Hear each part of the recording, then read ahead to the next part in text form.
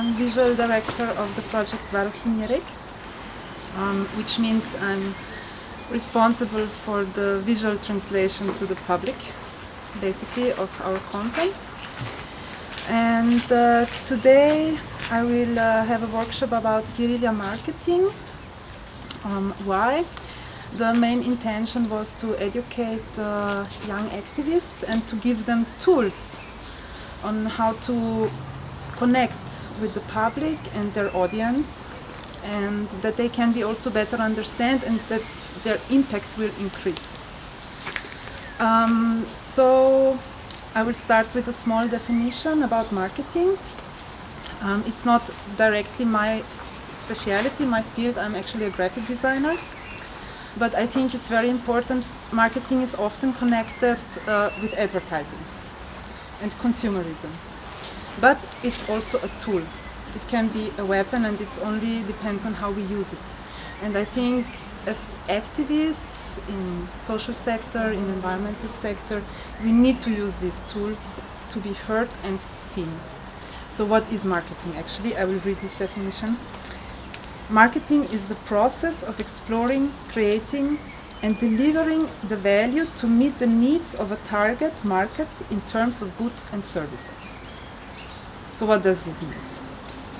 This means we are creating a language, most of the time a visual language, to attract our audience. So we can actually transfer and transmit our content. So what is guerrilla marketing? I chose this specific field of marketing because I think it fits perfectly to the field of activism. So guerrilla is actually a term from warfare. Most of us, we know it from the Vietnam War, where you have the guerrilla fighters in the jungle. They're hiding, and their biggest strength is the moment of surprise. And exactly this we are also using in guerrilla marketing. So the term was created in the mid-80s in the US, and it's a form of publicity. Publicity means that we want to increase our visibility and awareness in the public space. And specifically guerrilla marketing, we want to use the moment of surprise. And we want to engage our audience specifically on an emotional level. Means we are not doing commercial advertising. We are not filming commercials for the TV or for the radio. We don't go on big poster campaigns where we buy hundreds of billboards in the country. Ergo, it's also a cheap form of marketing. So it's not involved with a lot of costs, but still with a big impact. Why? Because we go in direct contact with our customer.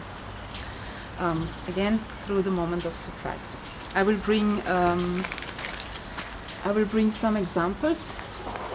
So, for example, here you see in the background. So everything I said now you have shortly summarized in this presentation also. So here in the background you see a pedestrian way. So we all know it's these zebra stripes when we cross the street. And this is an ad from a cleaning product. We all know this bold guy, this Mr. Proper who cleans our home. No? So what did this company do? They just cleaned one of these stripes and put the illustration of this guy on it. It's simple, it's effective, we all know what is it about, nothing needs to be explained. And there is a moment of surprise when we walk over the streets. No? It's something we see on an everyday basis, but never like this. So, what are our goals? I think it's always important to define goals. So, as I said already, we want to cause an emotional reaction that makes our audience and our target group remember us, hopefully in a positive way. Humor works the best. We want to, again, I'm repeating myself, take the customer by surprise. This is also for today the most graffitis I chose. I think when people will see these graffitis, they will first just think, aha, another painting, another logo somewhere, but then when you come closer, you will see it's a growing organism. It's living, which I find really beautiful. And our goal is, as I said before, to create a memorable experience. And here on this presentation, again in the background, I chose a really beautiful example. It's a poster glued on the wall and on the street. So this poster has a kind of a sitting position, and it says, if this poster were a homeless youth, most people wouldn't even bother to look down. And we are reading this while we are looking down. And for me, immediately a whole thought process starts, and the whole thought pattern starts. So a very beautiful example of guerrilla marketing also. It's simple, it's cheap, it's very effective. So what are our pros? It's very cheap to execute. It not just allows, but it encourages also very creative thinking and to think out of the box. It grows by word to mouth. So it means we don't need big publicity campaigns. It goes over, hey, did you see this? Yeah, I saw this. Hey, did you see this there? Yeah, where did you see it? You know? So this is our strongest weapon, especially as activists. We need to use this, and it can cause a snowball effect on the publicity, which means if people are talking about it, sooner or later also the press and journalists will be aware of the topic and they will start reporting about it. This is exactly what we want. But of course, where there are pros, there are also cons. And here you see an example in the background. It's actually a police officer with an LED picture. And this is an example from the US, from Boston in 2007. It was a guerrilla campaign for an animated movie, and they put these LED screens all over the city without telling what it is. And it got misunderstood, and people thought they're bombs, which caused a huge police action, and all the special forces went out to demontage these bombs, which had a quite bad after effect, of course also on the movie and the agency who was advertising this. Which comes to the next point, authority intervention. It can also happen in guerrilla marketing, of course, if you use graffitis, for example, if you destroy things, if you don't have the right permissions, and it can cause a huge backlash. I mean, they say there is no bad publicity, but in this case, the movie completely flopped because people connected it with so much fear. Yeah, and now I will give you some examples. So, which tools can we use? We mentioned already graffiti, stencils. This is a stencil, means a cutout of a picture. Then reverse graffiti, it means when you clean a space instead of paint it, for example. Then we have stickers. I will briefly bring a really nice example for a very nice sticker campaign. Undercover and stealth marketing, which I would not recommend to do. I don't favor it a lot. There is another example, I think it was Sony. They brought a new phone on the market in 2007, and they hired actors. Actors who would go on the street and with their new Sony phones and ask people to take a picture of them. And while they were getting this picture, they were pep talking them about how cool this phone is. No? Also, this campaign got a really bad review in the end, because when people found out that they actually got advertised on such a personal level, they got really angry. Then flash mobs, early 2000 thing, I think you all remember. And public stands, publicity stands. I think Red Bull is a very good example for this. And the urban environment, which actually I want to focus on for our activistic approach. And here you see one example. I don't know if you can see it. It's a electricity pillar. So, and these lines here you see, they're electricity lines. And they put a poster with this man, with this illustration on, and it's an advertising for nose hair trimmer. So again, humor wins. I find it really funny. Yeah, so now we have the examples. I hope you can see it. So this is for X deodorant. It's a sticker campaign. So we all know these emergency exit signs, no? This guy who is running towards the door. And what they did, they just produced stickers in the same style with girls running after him. It's cute, no? That could get you in trouble. Could get you in trouble on many levels, but I appreciate it's so simple. It's so simple, it's inexpensive, and it has still a huge effect, even if it makes you angry, you know. It's I find it quite good. Then this one is one guerrilla campaign for the movie It.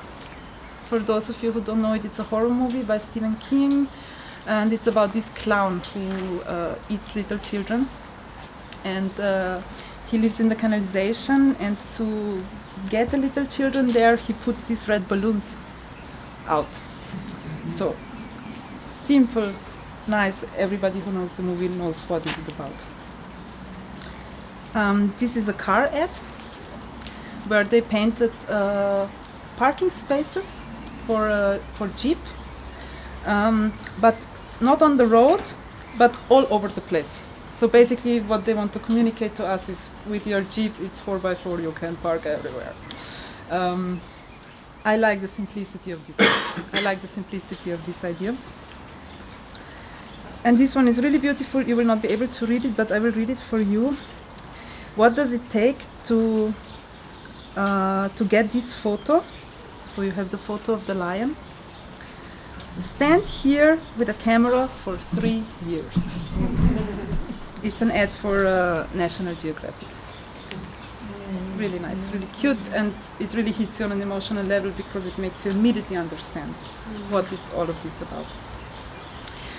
So, and now for our purpose, I thought all these stickers and painting the roads and the street, obviously we will not get permission for these things easily, but what we can do is create beautiful art in a non-invasive way, and which brought me to the topic of moss graffitis. And why? Because they're eco-friendly and they're non-invasive and they're very easy to clean. These are the pros. I think it also really suits the topic. We want to protect nature, we want to protect the rivers, we don't want to cause more pollution, not through printing, not through producing plastic things. We want to stay with our values, right? And so these are the pros. The cons, it's a living material. We cannot control it. So we depend on the environment and the environmental circumstances like droughts or too much rain or not enough rain, or the plant doesn't like to grow there, or maybe it doesn't like the underground 100%. So it's we cannot be sure that it will work out, but I think it's worth giving it a chance. And two things I want to mention which are really important when we do these graffitis. The first thing is about the moss, where to collect it. So we don't collect it in the forest because it's a protected plant, and this is the first reason. The second reason also, it will not grow in urban environment. You cannot take this beautiful plant out of its juicy forest floor and put it on a concrete wall and expect it to grow. So for the solution I brought here today, I took the moss behind my house, and it was growing there already on the concrete, on cisterna. So I hope it will also feel good here. And let me just check what we have. Yeah. And then, what do we need? So I provide you here also with the recipe. Everybody is free to experiment in its own way. So the base is we need 2 handfuls of moss. And then we need half liter of buttermilk, half liter of beer or water, a little bit of sugar. And then we put all of this in the mixer. We add it in a jar. We need a brush. And we can go. There's moss also there in the mixture Yeah. inside. Yeah, exactly. Oh. So this is how it works. We mix the moss up with the milk products. It gives the right enzyme and supports its growth, hopefully. And what I also did today, I made it fresh today. I added also a little bit of scooter, but just for the consistency, that it's not too liquid. So now I want to invite all of you to pick a jar, to pick a brush. I prepared for today Virka, our picture mark from Varuhinje, and we want to give her a chance. Here under the bridge at Delavnica River, but you are very welcome to go fully in your own creations, and we will see if it works in 1 month, 5 to 6 weeks. Depends on the weather and if we chose the right underground also. If it will work, we will be super happy. If it will not work, we will try again.